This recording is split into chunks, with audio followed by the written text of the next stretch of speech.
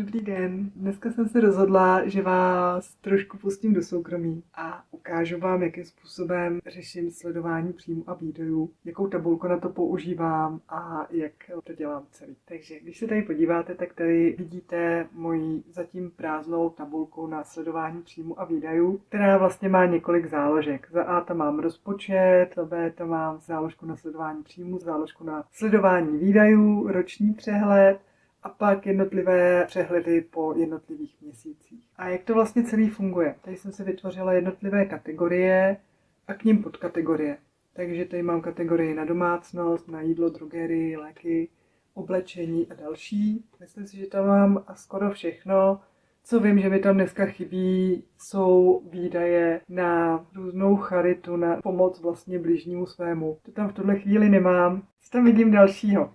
Vlastně do těch jednotlivých tabulek se mi ty data dopočítávají sami, já tam vlastně vůbec nic dalšího nepočítám a dělám to úplně jednoduše. Takže když si zvolíme například tady domácí mazličci, jídlo, ostatní péče v hodnotě 1000 korun, utratila jsem první. Můžu si tady dát poznámku, takže pokud by se jednalo třeba o něco specifického, nebo pokud řeším mnohdy, co je za mě, co je za partnera, co je za naše dítě, tak si to tady dopíšu.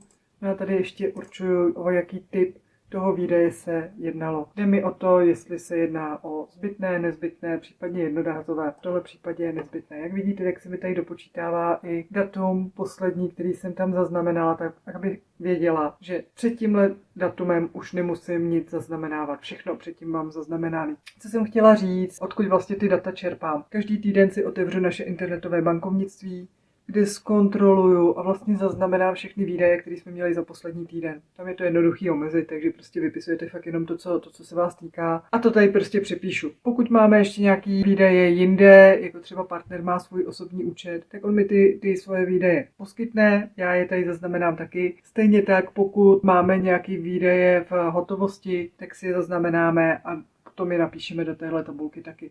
Každopádně, co já vím, že nemusím horko těžko hledat, kdy jsem jaký výdaj udělala naposled, protože tady v té tabulce to vidím. Co jsem taky chtěla říct, že ta tabulka, vlastně tam můžu dávat výdaje na přeskáčku, nemusím vůbec řešit, že jsem třeba něco v minulosti zapomněla, můžu to tam doplnit na další řádek, nemusím řešit, že to musí být časově postupně. Takže když si zaznamenám další třeba výdaje na domácnost, nájemné, dejme tomu 1015.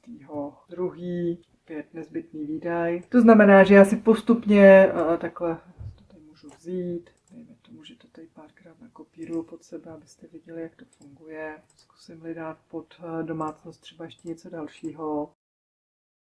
Tady bych si asi zaznamenala, o co se jedná, takže dejme tomu, že jsme zaplatili za Netflix. Netflix pro nás není nezbytný, je to zbytný výdaj. Co tady potom vidím? Mně se vlastně všechno, jak jsem říkala, dopočítává, takže já vidím, že za domácnost já jsem utratila v tuhle chvíli nějakých 20 000, za jiné poplatky 8 000, jsem měla domácí mazlíčky, tady vidíte 4 000.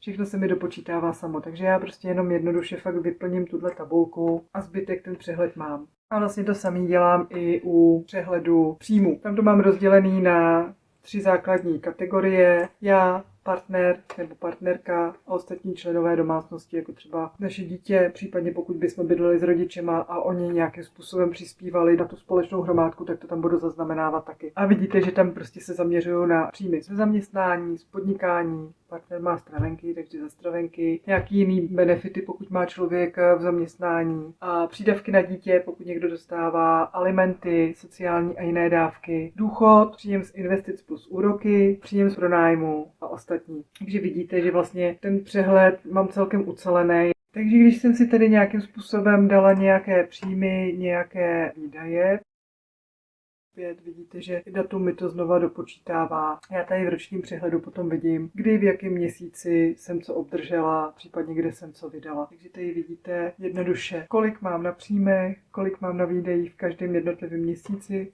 plus zároveň, kolik mám celkem za daný rok.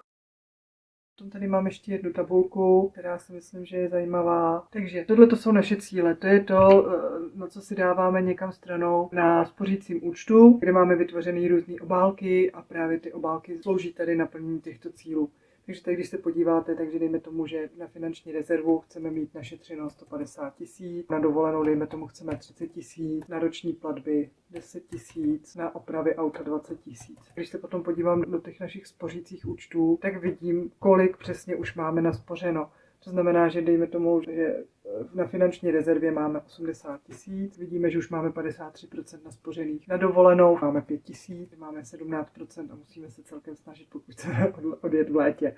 A na roční platby tam máme 8 000, protože to prostě řešíme pravidelně. Na opravy auta tam máme v tuhle chvíli 5 000, protože jsme nedávno vydali.